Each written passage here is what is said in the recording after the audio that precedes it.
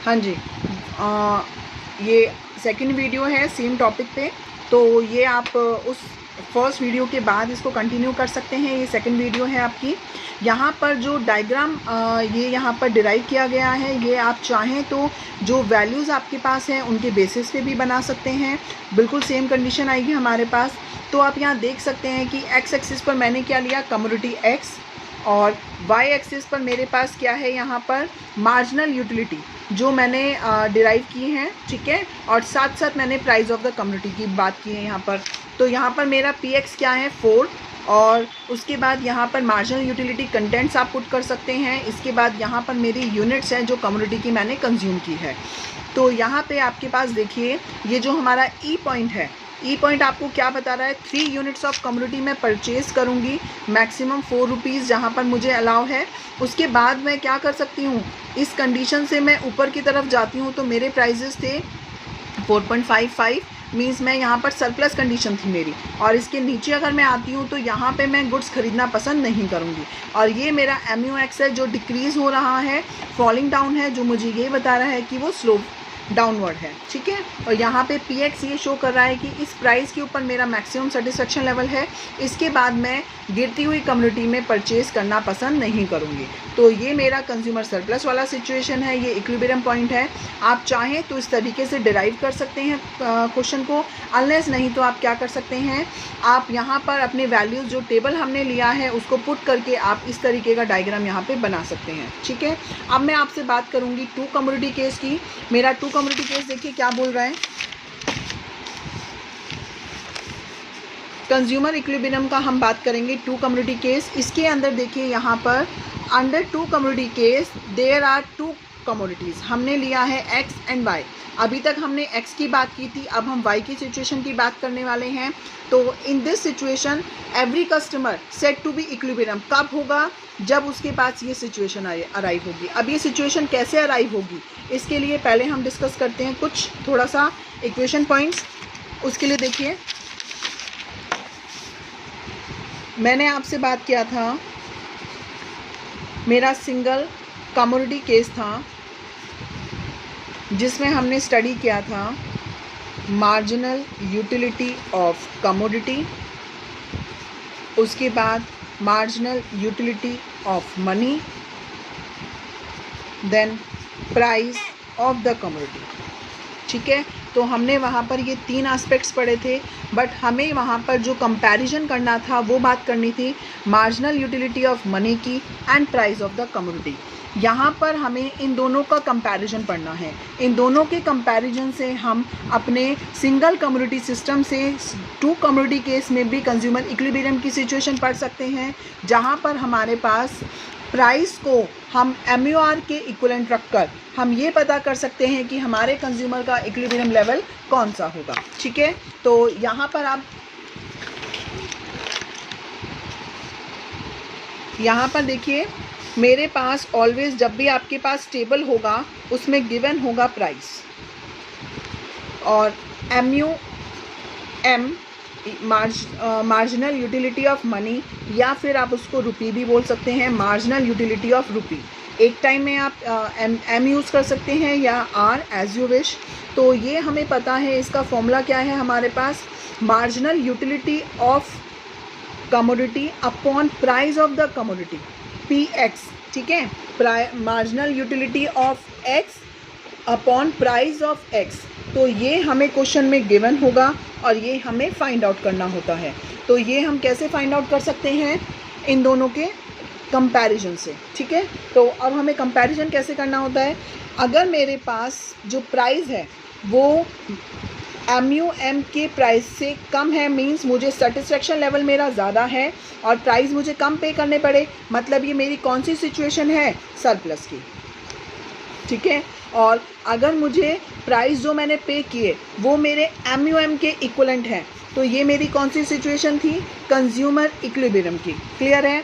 और अगर मुझे प्राइस कम पे करने पड़ रहे हैं, जो सेटिस्फेक्शन मुझे मिला, तो वो कंडीशन मेरे लिए क्या है, एक रैशनल कंज्यूमर यहाँ पर अपना प्रोडक्ट परचेज़ करना बंद कर देता है। जो टेबल अभी मैंने आपसे जस्ट डिस्कस की थी, उस टेबल में हमने ये सब कुछ देखा जहाँ पर हमारे पास MUM कम आता है, मींस प्राइस जो मैं पे कर रही हूँ उसके कंपैरिजन में मुझे सेटिस्फेक्शन कम मिलेगा, तो मैं क्या करूँगी, मैं उस प्रोडक्ट को परचेज़ करना बंद कर दूँगी। मींस एक रैशनल कंज्यूमर वहाँ पर अपना मनी स्पेंड करना बंद कर देता है। वो क्या करेगा, वो इस मैक्सिमम लेवल तक जाएगा, इसके बाद वो अपना ऑप्शन कोई और सर्च करना शुरू कर देगा।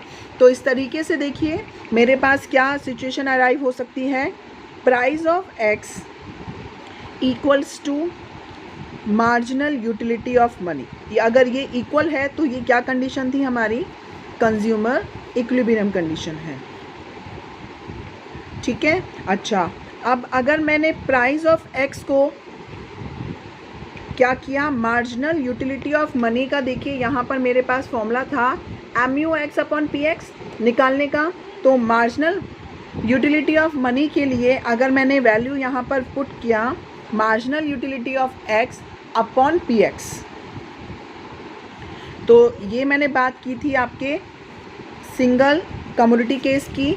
और अगर इसी तरीके से मैं y को भी इंक्लूड करूं, ठीक है, प्राइस मेरा जो MUM है उसके इक्वलेंट है, तो ये मेरी क्या है, इक्विलिब्रियम सिचुएशन। इस MUM को मैं MUX अपॉन PX रख सकती हूँ, कोई डाउट इसके अंदर। तो यहाँ पर अगर मैं आपसे बात करूँ price of commodity X and Y equals to MUX upon PX MUY upon PY, ठीक है। तो इस तरीके से आपके पास देखिए क्या अराइव हुआ, यहाँ पर ये मेरा MUM of Y, MUM of X and MUM of Y, ठीक है। यहाँ पर देखिए मैंने अभी आपको बताया, मैंने MUM के प्लेस पे क्या पुट किया, MUX अपॉन PX, ठीक है। इससे हमारे पास आ रहा है सॉल्यूशन। इसी तरीके से अगर मैं 2 कमोडिटी केस की बात करूँ तो वहाँ पर y की कंडीशन आ जाएगी। y की कंडीशन के लिए ये वाली कंडीशन तो मेरी सेम आ गई, तो यहाँ पर प्राइस ऑफ x की जगह y भी आ जाएगा, y आ जाएगा, तो उस तरीके से मैं y को भी पुट कर सकती हूँ। मीन्स 2 कमोडिटी केस में मेरा MUM from x MUM from y equal होना चाहिए according to the price of x commodity and price of y commodity. तो ये मेरी कौन सी सिचुएशन है, 2 कमोडिटी केस का इक्विलिब्रियम लेवल, ठीक है। तो यहाँ पर हमने बात की आपकी इक्विलिब्रियम लेवल की, ये मैंने आपको जस्ट प्रैक्टिकल बेस पे फॉर्मूला किस तरीके से हमारा पुट करेंगे और किस तरीके से हम डिराइव करेंगे वो चीज़ समझाई है। इसके बाद मैं आपके 2 कमोडिटी केस के ऊपर चल रही हूँ, तो वो देखते हैं हम। देखिए यहाँ पर है, देखिए अभी जो मैंने स्टार्टिंग में अभी बात की थी आपसे 2 कमोडिटी केस में, यहाँ पर है कि अगर मैंने 2 कमोडिटी केस में x और y लिया तो उसकी सिचुएशन कौन सी हुई, ये वाली। ये क्या कह रही है आपको, MUX upon PX MUY upon PY। तो ये क्या कह रहा है, मार्जिनल यूटिलिटी ऑफ रुपी अगर दोनों में सेम आएगी तो वो हमारी कंज्यूमर इक्विलिब्रियम की हो गई। और इसी तरीके से अब हम एक टेबल की बात करते हैं जिसके अंदर एक पर्टिकुलर कंज्यूमर किस तरीके से अपने गुड्स परचेज़ करेगा, किस तरीके से वहाँ पर वो किस कमोडिटी पे अपना अमाउंट स्पेंड करता है, कैसे डिसीज़न लेता है, हम उसकी बात करेंगे। देखिए यहाँ पर मेरे पास है गिवन इनकम 88 रुपीज़ की, कमोडिटी X और कमोडिटी Y, 2 गुड्स हैं हमारे पास X एंड Y। तो यहाँ पर मेरा price of X and price of Y क्या है, 8 रुपीज़। दोनों ही की कंडीशन में प्राइस सेम है। तो अब जिसकी MUM ज़्यादा होगी तो उसके ऊपर हम ज़्यादा स्पेंड करेंगे, और जिसकी MUM कम होगी हम उसको कम स्पेंड करेंगे उसके ऊपर, या उसको लेना पसंद नहीं करेंगे। तो आपके पास देखिए यूनिट्स हैं 1 2 3 4 5 6 7 8 9 10 यूनिट्स मैंने लिया है। 10 यूनिट्स में यहाँ पर है आपके पास MUX मतलब जो यूटिलिटी मुझे गेन हो रही है कितनी है, 88। 72 64 56 मीन्स डिक्रीजिंग है। यहाँ पर MUY की सिचुएशन में भी सेम वही चीज़ें हैं। 40 से स्टार्ट हुआ था, अगर उसकी सेकेंड यूनिट कंज्यूम करेंगे तो 36, 24, 20, 16, 12, 8, 4, 0 एंड 0, ठीक है। देन अब मुझे निकालना है MUM ऑफ एक्स। तो एक्स का MUM कैसे निकलेगा? Marginal utility of x upon में प्राइस। तो प्राइस हमारे पास कितने हैं? 8 रुपीज़। अब इन 8 रुपीज़ में अगर आप बात करेंगे 8 रुपीज़ से आप क्या परचेज़ कर सकते हैं? 11 यूनिट्स। कैसे? 88 रुपीज़ की मेरी इनकम है और उस इनकम में मैं 8 रुपीज़ का डिवाइड कर दूँ तो आप कितने यूनिट्स परचेज़ करेंगे? 11 यूनिट्स। अब मुझे जो 11 यूनिट्स परचेज़ करने हैं वो मैं किस तरीके से करूँगी? यहाँ पर आप देख सकते हैं MUX अपॉन PX कैसे आया? 88 अपॉन 8। तो यहाँ पर मुझे कितना बेनिफिट हो रहा है? 11 रुपीज़ का। यहाँ पर 9, इस तरीके से ये भी जो प्राइस है उसका सेटिस्फेक्शन गिरता जा रहा है। तो 9, 8, 7, 6, 5, 4, 3, 2, 1 मीन्स ये मेरा मैक्सिमम सेटिस्फेक्शन लेवल मनी के अकॉर्डिंग है, जो मैं चूज़ करने में मुझे हेल्प करेगा कि मुझे कौन सा प्रोडक्ट लेना चाहिए, कहाँ पे मैं कंज्यूमर इक्विलिब्रियम की सिचुएशन में और कहाँ पर नहीं। तो ऐसे ही मैंने MUY निकाला है। MUMY मतलब marginal utility of money in reference of Y. कैसे? अपॉन में PY करके यहाँ पर marginal utility of money Y का निकाला है। कैसे निकाला है? MUY upon PY। तो MUY का है, ये रहा हमारे पास। तो MUY देखिए क्या कह रहा है? 40, 36, 24 डिवाइडेड बाय 8। 40 डिवाइडेड बाय 8 मतलब 5 रुपीज़ का यहाँ बेनिफिट था। 36 डिवाइडेड बाय 8 मतलब यहाँ पर मुझे 4 रुपीज़ समथिंग का हो गया। और इसके बाद यहाँ पर 24 है, तो 24 में क्या हुआ? 3 रुपीज़ का बेनिफिट हुआ। इसी तरीके से हमने क्या किया? यहाँ पर रैंकिंग सिस्टम ले लिया। अब रैंकिंग देखिए कैसे करेंगे। पहले मुझे आप देखिए सबसे मैक्सिमम सरप्लस कहाँ पर है? 11 की कैटेगरी में, मतलब 8 रुपीज़ के प्राइस में मुझे सबसे, मैं यहाँ पर सरप्लस सिचुएशन में रहूँगी जब तक मुझे क्या नहीं मिलेगा? मैक्सिमम लेवल, ठीक है। तो मेरे पास 11 यूनिट्स मुझे यहाँ पर सेटिस्फेक्शन मिल रहा है, तो मैं इसे क्या कर दूँगी? सबसे पहले मैं 1 कम्युनिटी परचेज़ करूँगी एक्स की। उसके बाद मैंने चेक किया 9 मीन्स वाई की तरफ जाने से पहले मुझे मैक्सिमम सेटिस्फेक्शन यहाँ मिल रहा है, तो मैंने ये यूनिट भी परचेज़ कर लिया। देन 8 मीन्स यहाँ पे 5 है, तो 5 तक मतलब मैं यहाँ पे इसकी कितनी यूनिट्स परचेज़ कर सकती हूँ? 11, 9, 8, 7, 6 मीन्स 5 यूनिट्स मैंने आपसे बात की एक्स यूनिट की। तो यहाँ पर मेरे पास 5 यूनिट जो मैंने इसकी परचेज़ करी है, उसकी 5 यूनिट के लिए मैंने कितना पे किया? देखिए मैंने यहाँ पर इसकी 5 यूनिट्स परचेज़ की हैं एक्स की, और यहाँ पर मैंने 8 रुपीज़ के हिसाब से 5 यूनिट्स पे 40 रुपीज़ में स्पेंड कर चुकी हूँ। अभी भी मुझे 6 यूनिट्स परचेज़ करनी है। उसके डिसीज़न के लिए अभी मैं क्या करूँगी? कंटिन्यूसली मैं क्या कर रही हूँ? परचेज़ कर रही हूँ एक्स कम्युनिटी। इसके बाद मेरे पास देखिए ऑप्शन है, यहाँ पर मैं चाहे तो एक्स कम्युनिटी यूज़ कर सकती हूँ, या फिर मींस परचेज़ कर सकती हूँ, स्पेंड कर सकती हूँ अपनी इनकम, या फिर वाई की फर्स्ट कम्युनिटी पे। तो मैं क्या करूँगी? पहले मैं इसे चूज़ करूँगी। ऐसा क्यों? क्योंकि कंटिन्यूसली मैं क्या कर रही हूँ? एक्स प्रोडक्ट को यूज़ करके हो सकता है बोर हो जाऊँ, तो उसके रेफरेंस में मैं क्या करूँगी? मुझे यहाँ पर ज़्यादा सेटिस्फेक्शन कहाँ मिलेगा? कमोडिटी वाई को परचेज़ करके। इसलिए मैंने 5 यूनिट्स को कहाँ तक परचेज़ करी? एक्स की, और वाई पे मैं यहाँ स्विच ओवर हो गई, ठीक है। तो इसके बाद देखिए ये मेरे पास 6 हो गई, तो 7 पे मैंने फिर एक्स का परचेज़ कर लिया, तो ये 7th यूनिट हो गई। अगेन हम 8th यूनिट की बात करते हैं। 8 में मैं अगेन क्या पसंद करूँगी? वाई को लेना। क्यों? क्योंकि भाई सेटिस्फेक्शन तो सेम है। जब सेटिस्फेक्शन लेवल सेम है तो क्या होगा? मैं परचेज़ भी कमोडिटी यहाँ तक करूँगी।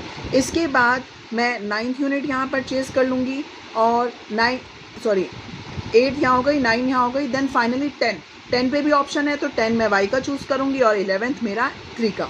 तो यहाँ पर हमने क्या किया? एक प्रोडक्ट की मैं 11 यूनिट खरीद सकती हूँ according to my income level. तो इनकम लेवल के अकॉर्डिंग जो मैं स्पेंड कर रही हूँ मनी, वो है मेरे पास 88 रुपीज़। 88 में मैं कितना परचेज़ कर सकती थी? 11 यूनिट्स। तो मैंने क्या किया? 1, 2, 3, 4, 5, 6, 7, 8 यूनिट्स मैंने खरीदी हैं एक्स की, और 3 यूनिट्स मैंने परचेज़ की हैं वाई की। तो यहाँ पर मेरा MUX upon PX, MUY upon PY equals to 3 आएगा, ऐसा इसलिए क्योंकि यहाँ पर मेरा मैक्सिमम सेटिस्फैक्शन लेवल गेन हो रहा है। तो हम इसे क्या कर सकते हैं, हम यहाँ पर इसको एक्सप्लेन करेंगे क्या कि अगर एक कंज्यूमर कंज्यूम करता है 8 units of X and 3 units of Y commodity in this way, he spent his all money in both the commodities purchase, या spending his total income on the purchase of X and Y। तो यहाँ पर वो अपने maximum satisfaction level पर है। तो मैंने आपको 1 कम्युनिटी केस डिस्कस किया, आपसे 2 कम्युनिटी केस डिस्कस किया। इसको आप वीडियो देखें और उसके बाद अपना कंसेप्ट क्लियर कर लीजिए। इसके बाद हम कल इसी कंसेप्ट को एक बार फेस टू फेस क्लास में रिवाइज कर लेंगे, जिससे आपका ये थोड़ा सा टॉपिक परेशान करता है, क्योंकि यहाँ पर कुछ चीज़ें थ्योरेटिकल हैं, उन जिनको प्रैक्टिकल वे में समझना थोड़ा सा परेशान करता है। तो अगर आप पूरे कॉन्सेंट्रेशन से करेंगे तो रिकवर कर सकते हैं, कोई इशू नहीं है। तो आप लोग इसे करिए, अगर समझ में आता है तो अच्छी बात है। अगर कहीं डाउट रहते हैं तो कल हम मॉर्निंग क्लास रख लेंगे, उसमें डिस्कस कर लेंगे। Thank you.